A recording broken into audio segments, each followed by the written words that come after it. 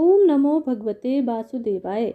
श्रुतदेव जी ने कहा, सूर्य के मेष राशि पर स्थित होने पर वैशाख मास में 30 तिथियां पुण्यदायिनी मानी गई हैं।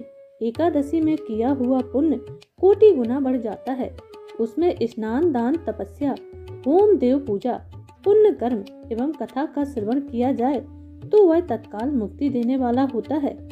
हे राजन, जब पृथ्वी पर महर्षि सावर्णी का शासन था, उस समय 30वें कलयुग के अंत में सभी धर्मों का लोप हो चुका था। उसी समय आनर्त देश में धर्मवर्ण नाम से विख्यात एक ब्राह्मण थे।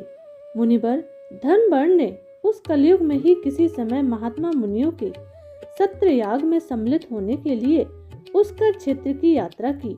वहां कुछ व्रतधारी महर्षियों ने कलयुग की प्रशंसा करते हुए इस प्रकार कहा था, सतयुग में भगवान विष्णु को संतुष्ट करने वाला जो पुण्य 1 वर्ष में साध्य है, वही त्रेता में 1 मास में और द्वापर में 15 दिनों में साध्य होता है। लेकिन वही पुण्य कलयुग में भगवान विष्णु का स्मरण कर लेने मात्र से ही 10 गुना प्राप्त होता है। कलयुग में बहुत थोड़ा पुण्य भी कोटि गुना बढ़ जाता है। जो एक बार भी भगवान विष्णु का नाम लेकर दान करता है और दुर्भिक्ष में अन्न देता है, वह निश्चय ही ऊर्ध्वलोक को गमन करता है। यह सुनकर देवर्षि नारद ने हंसते हुए उन्मत्त के समान नृत्य करने लगे। सभासदों ने पूछा, नारद जी, यह क्या बात है? तब बुद्धिमान नारद जी ने हंसते हुए उन सबसे कहा, आप लोगों का कथन सत्य है, इसमें कोई संदेह नहीं है। कलयुग में थोड़े से पुण्य से ही महान पुण्य प्राप्त होता है और सभी क्लेशों का नाश करने वाले भगवान केशव स्मरण मात्र से ही प्रसन्न हो जाते हैं। मैं आप लोगों से कहना चाहता हूँ कि कलयुग में 2 काम ही अत्यंत कठिन है। एक तो शिश्नेंद्रिय का निग्रह और दूसरा जिह्वा को अपनी बस में रखना। ये दोनों कार्य जो सिद्ध कर लेता है वही नारायण स्वरूप है। अतः कलयुग में आपको यहाँ नहीं ठहरना चाहिए। नारद जी की बात सुनकर उत्तम व्रत का पालन करने वाले महर्षि सहसा यज्ञ को समाप्त करके सुख पूर्वक चले गए। धर्मवर्ण ने भी यह बात सुनकर भूलोक को त्याग देने का विचार किया।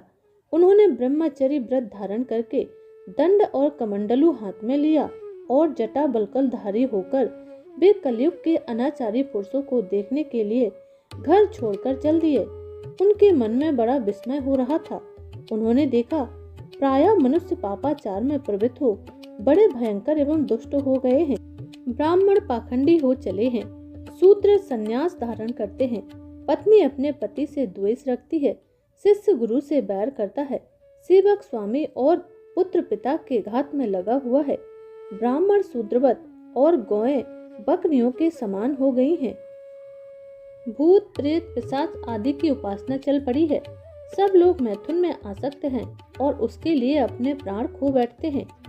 सब लोग झूठी गवाही देते हैं। मन में सदा छल और कपट भरा हुआ है। कलयुग में सदा लोगों के मन में कुछ और वाणी में कुछ और तथा क्रिया में कुछ और ही देखा जाता है। सबकी विद्या किसी न किसी स्वार्थ को लेकर ही होती है और केवल राजभवन में उसका आदर होता है। संगीत आदि कलात्मक विद्याएं भी राजाओं को प्रिय हैं। कलयुग में अधम मनुष्य पूजे जाते हैं और श्रेष्ठ पुरुषों की अवहेलना होती है। कलयुग में वेदों के विद्वान ब्राह्मण दरिद्र होते हैं। लोगों में प्रायः भगवान की भक्ति देखी नहीं जाती है। पुण्य क्षेत्र में पाखंड अधिक बढ़ गया है। शूद्र लोग जटाधारी तपस्वी बनकर धर्म की व्याख्या करते हैं। सभी मनुष्य अल्पायु, दयाहीन और सट होते जा रहे हैं। कलयुग में प्रायः सभी धर्म के व्याख्याता बन जाते हैं और दूसरों से कुछ लेने में ही लगे रहते हैं। अपनी पूजा कराना चाहते हैं और व्यर्थ ही दूसरों की निंदा करते हैं। अपने घर आने पर सभी अपने स्वामी के दोषों की चर्चा में तत्पर रहते हैं। कलयुग में लोग साधुओं को नहीं जानते, पापियों को ही बहुत आदर देते हैं।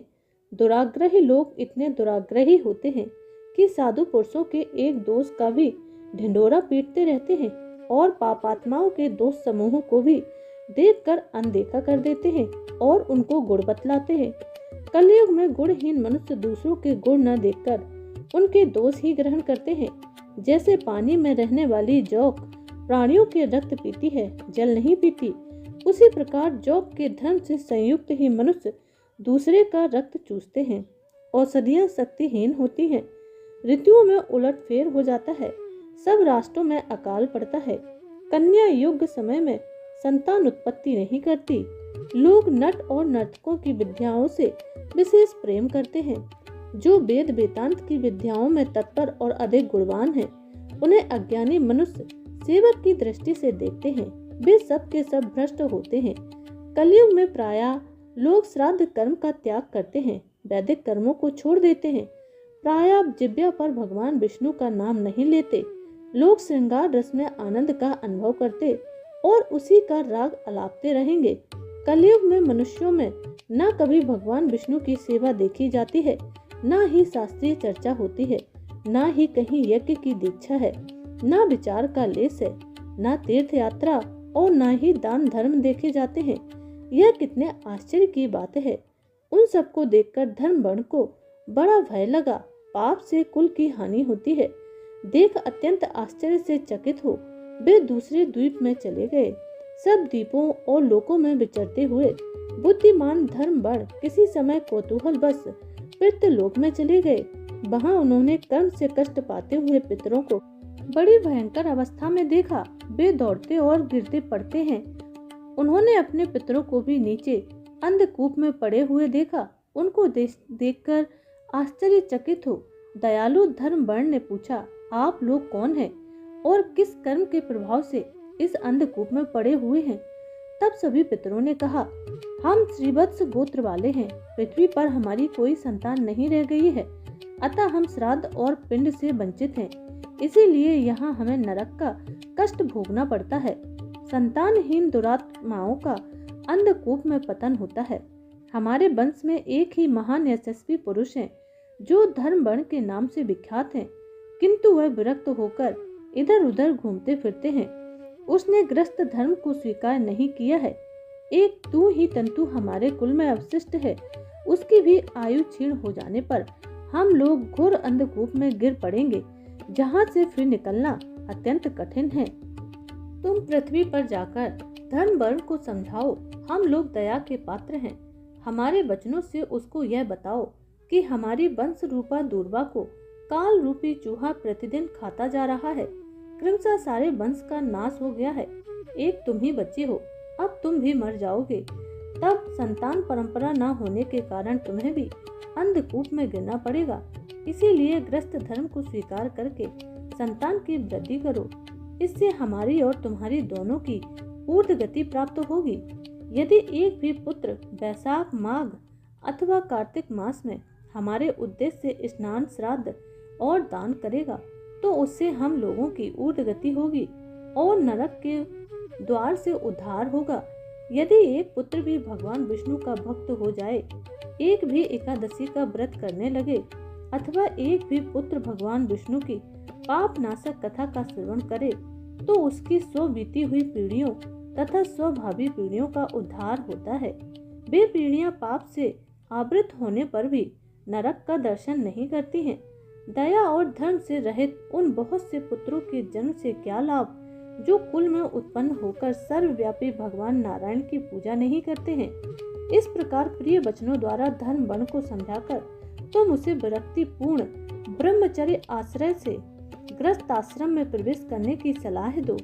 पितरों की यह बात सुनकर धर्म वर्ण अत्यंत विस्मित हुआ और हाथ जोड़कर बोला, मैं ही धर्म वर्ण नाम से विख्यात आपके वंश का दुराग्रही बालक हूँ।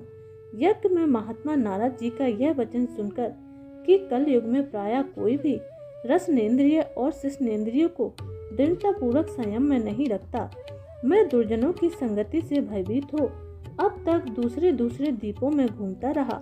इस कलयुग के 3 चरण बीत गए। अंतिम चरण में भी 3.5 भाग व्यतीत हो चुके हैं।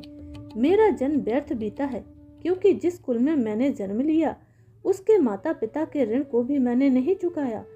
मैं आप लोगों की आज्ञा का पालन करूंगा। आप बताइए, पृथ्वी पर मुझे किस प्रकार से कलयुग से और संसार से भी बाधा उत्पन्न न हो, मैं ऐसा कार्य करूं और आप लोगों का उद्धार हो। धर्म वर्ण की बात सुनकर पितरों के मन को कुछ आश्वासन मिला और सभी बोले, बेटा तुम गृहस्थ आश्रम स्वीकार कर लो। और संतान उत्पत्ति के द्वारा हमारा उद्धार करो। जो भगवान विष्णु की कथा में अनुरक्त होते, निरंतर श्री हरि का स्मरण करते और सदाचार के पालन में तत्पर रहते हैं, उन्हें कलयुग बाधा नहीं पहुंचाता। जिस घर में शालिग्राम की शिला और महाभारत की पुस्तक हो, उसे भी कलयुग बाधा नहीं दे सकता। जो पुरुष वैशाख मास के धर्मों का पालन करता, माघ मास में स्नान में तत्पर होता और कार्तिक मास में दीप दान करता है, उसे भी कलयुग कभी बाधा नहीं पहुंचाता है। जो प्रतिदिन महात्मा भगवान विष्णु की पाप नाशक एवं मोक्षदायिनी दिव्य कथा सुनता है, जिसके घर में बलि वैश्यदेव होता है, शुभ कारणी तुलसी स्थित होती है और जिसके आंगन में उत्तम गाय रहती है, उसे भी कलयुग बाधा नहीं पहुंचाता है। अतः इस पापात्मक युग में भी तुम्हें कोई भय नहीं है। पुत्र, शीघ्र पृथ्वी पर जाओ। इस समय वैशाख मास चल रहा है। यह सबका उपकार करने वाला मास है। सूर्य के मेष राशि में स्थित होने पर 30 तिथियां पुण्यदायिनी मानी गई हैं। एक एक तिथि में किया हुआ पुण्य कोटि कोटि होता है। उनमें भी जो वैशाख मास की अमावस्या तिथि है, वह मनुष्यों को मोक्ष प्रदान करने वाली है। देवताओं और पितरों को यह तिथि बहुत प्रिय है। शीघ्र ही तुम पृथ्वी पर जाओ और जिस दिन अमावस्या हो, उस दिन श्राद्ध एवं पिंड दान करो। सबका उपकार करने के लिए गृहस्थ धर्म का पालन करो। धर्म, अर्थ और काम से संतुष्ट हो उत्तम संतान पाकर फिर मुनि व्रति से रहते हुए सुख पूर्वक दीपांतरों में विचरण करो। पितरों के इस प्रकार आदेश पाने पर धर्मवण मुनि शीघ्रता पूर्वक भूलोक में गए। वहां मेष राशि में सूर्य के स्थित रहते हुए वैशाख मास में प्रातः काल स्नान करके देवताओं, ऋषियों तथा पितरों का तर्पण किया। फिर कुंभदान सहित पाप विनाशक श्राद्ध करके पितरों को मुक्ति प्रदान की। तत्पश्चात उन्होंने स्वयं विवाह करके उत्तम संतान को जन्म दिया और लोक में उस पाप नाशनी अमावस्या तिथि को प्रसिद्ध किया। तदनंतर वे भक्ति पूर्वक भगवान की आराधना करने के लिए हर्ष के साथ गंधमादन पर्वत पर चले गए। इसीलिए वैशाख मास की यह अमावस्या तिथि परम पवित्र मानी गई है। तो बोलिए विष्णु भगवान की जय।